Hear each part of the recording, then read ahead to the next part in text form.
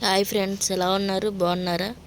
ఈరోజు ఎంతో టేస్టీ అయిన వెజిటేబుల్ బిర్యానీ ఎలా తయారు చేసుకోవాలో చూద్దామండి. చాలా సింపుల్గా అయిపోతుందండి. ఒకసారి ట్రై చేయండి. ముందుగా బియ్యం తీసుకోవాలండి. మామూలుగా ఇంట్లో వాడుకునే రైసేనండి. కడుక్కుని శుభ్రంగా ఉంచుకోవాలండి. ఒక ప్యాన్ తీసుకోవాలండి. ఆయిల్ వేసుకోవాలండి. ఆయిల్ కొంచెం నెయ్యి కూడా వేసుకోవాలండి. నెయ్యి వేసుకోవడం వల్ల బిర్యానీకి మరింత టేస్ట్ యాడ్ అవుతుందండి. బాగా మరిగిన తర్వాత ఓల్ గరం మసాలా దినుసులు వేసుకోవాలండి. వేసుకుని మొత్తం కలుపుకోవాలండి. కరివేపాకు వేసుకోవాలండి. 4 పచ్చిమిరపకాయలు వేసుకోవాలండి. ఓ పెద్ద సైజు ఉల్లిపాయ వేసుకోవాలండి, ముక్కలు కోసుకొని.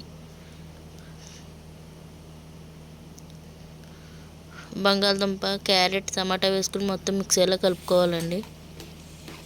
అల్లం వెల్లుల్లిపాయ కూడా వేసుకొని మొత్తం మిక్సీలో కలుపుకోవాలండి. ఒక గ్లాస్ బియ్యానికి 2 గ్లాసులు నీళ్ళు పోసుకోవాలండి. అలా 2 గ్లాసులు బియ్యం తీసుకుంటే 4 గ్లాసులు నీళ్ళు పోసుకోవాలండి. మనం తీసుకునే రైస్ బట్టి వేసుకోవాలండి.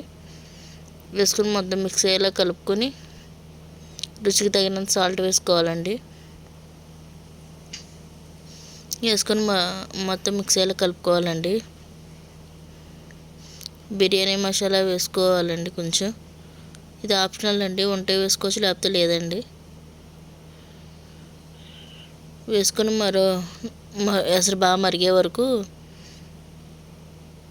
ఉంచుకోవాలండి. పొంగు వచ్చే వరకు మరిగించుకోవాలండి. ఎసరు బాగా మరగాలండి. ఎసరు బాగా మరిగిన తర్వాత ముందుగా నానబెట్టుకున్న బియ్యం వేసుకోవాలండి.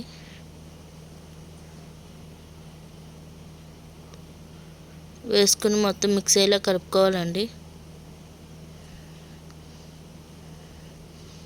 హై ఫ్లేమ్లో 10 నిమిషాలు ఉడకనివ్వాలండి, మూత పెట్టుకొని.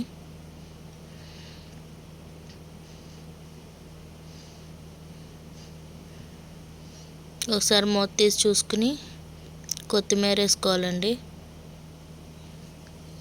ఇప్పుడే ఉప్పు ఏమైనా తక్కువైతే ఉప్పు కూడా యాడ్ చేసుకోవచ్చండి. వేసుకొని మొత్తం మిక్సీలో కలుపుకొని సిమ్లో పెట్టుకోవాలండి. సిమ్లో పెట్టుకొని మరో 10 నిమిషాలు మగ్గనివ్వాలండి.